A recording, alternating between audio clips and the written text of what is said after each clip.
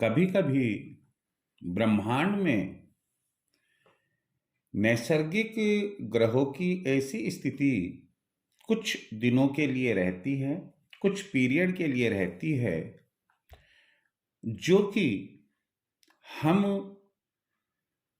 मनुष्यों के लिए मंगलकारी नहीं होती है, शुभकारी नहीं होती है। इसलिए हमारे सनातन धर्म के जो विद्वान पुरुष है, जो धार्मिक ग्रंथ हैं, उनमें इस बात का हवाला दिया गया है कि जब कभी ये पीरियड बने, ग्रह ब्रह्मांड में बुरा समय लेकर आए, तो हमें उस पीरियड में धार्मिक कार्य, मांगलिक कार्य, शुभ कार्य, नए कार्य नहीं करना चाहिए। अर्थात उस पीरियड में वो कार्य वर्जित माने गए हैं। मानव सभ्यता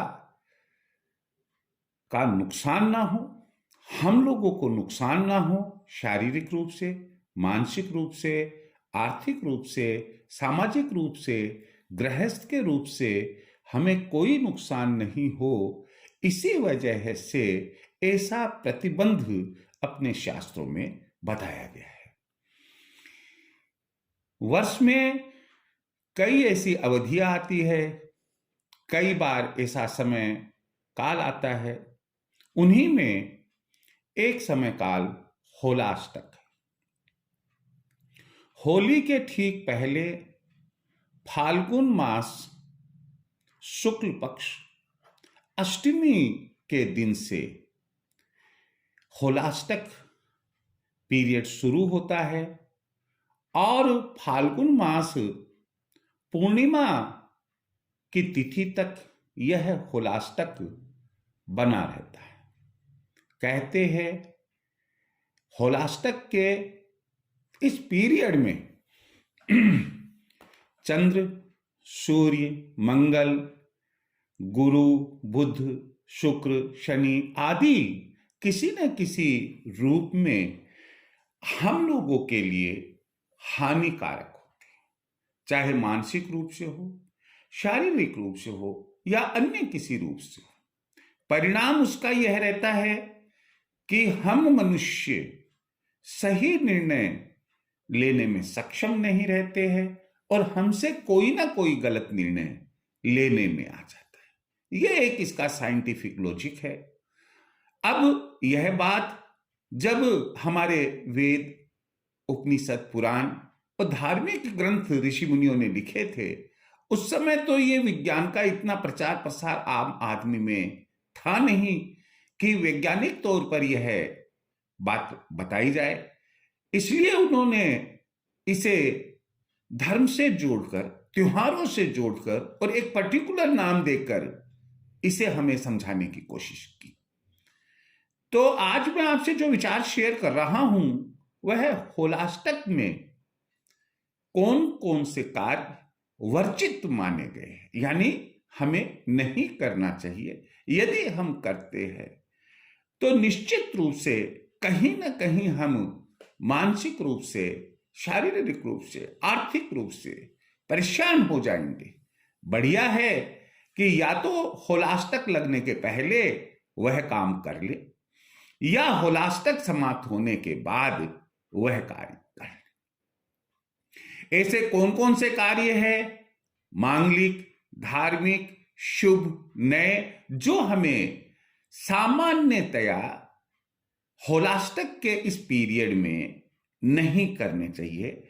उन कार्यों में है शादी विवाह नहीं करना चाहिए।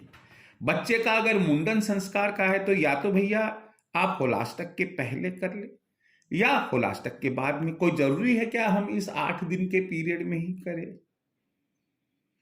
नया घर बनवाया, गृह प्रवेश ना करें। अगर आपको कोई ग्रह शांति या अन्य कोई हवन आदि, यज्ञ आदि करवाना है तो कृपया आप इस पीरियड में यज्ञ हवन आदि ना करवाएं। अगर आपको भवन का निर्माण करवाना है, प्रारंभ करवाना है निर्माण, आप भवन का निर्माण ना कराएं। अगर बना बनाया भवन क्रय करना, कोई कहता है मैं तो फॉरेन जा रहा हूं, आपको अगर क्रय करना है तो इसी पीरियड में कर लो, तो आप मना कर दो कि नहीं करना। मैं हो सकता है उसको क्रय करने के बाद में मालूम पड़ा कि उसमें तो वास्तु दोष थे, उसमें तो कोई ऐसा कानूनी पेचीदगी थी कि जो उससे नहीं सुलझी और आपके गले डाल गया वो, आप निर्णय लेने में सक्षम नहीं रहे। तो या तो आप पहले ले लेते या बाद में होलाष्टक के बाद में आप भवन क्रय करें, भूमि क्रय ना करें। कोई नया वाहन, चाहे वो दोपहिया वाहन हो, चौपहिया वाहन हो, ना करे, क्रय ना करे। ऐसे ही कोई भी नया व्यवसाय भी आपको प्रारंभ नहीं करना चाहिए। तो ये कुछ काम आपको हो सकता है कि इसके अलावा भी शुभ और मांगलिक आध्यात्मिक कार्यों में कई कार्य आते हो, तो अगर आप ऐसा समझते हैं कि वो शुभ कार्य है, मांगलिक कार्य है, आध्यात्मिक कार्य है, धार्मिक कार्य है, तो आपको होलाष्टक के इस 8 दिनों के पीरियड में उसे नहीं करना है। यही मेरी आप लोगों से सलाह है। होली का त्योहार, होली का पर्व आप सबके लिए मंगलमय रहे। सौहार्दपूर्ण तरीके से रंगों के इस त्योहार को सारी दुश्मनी भूलकर, सारे गिले शिकवा भूलकर आप हर्षो आनंद के साथ मनाएं। होली की सभी को शुभकामनाएं। जय श्री कृष्ण।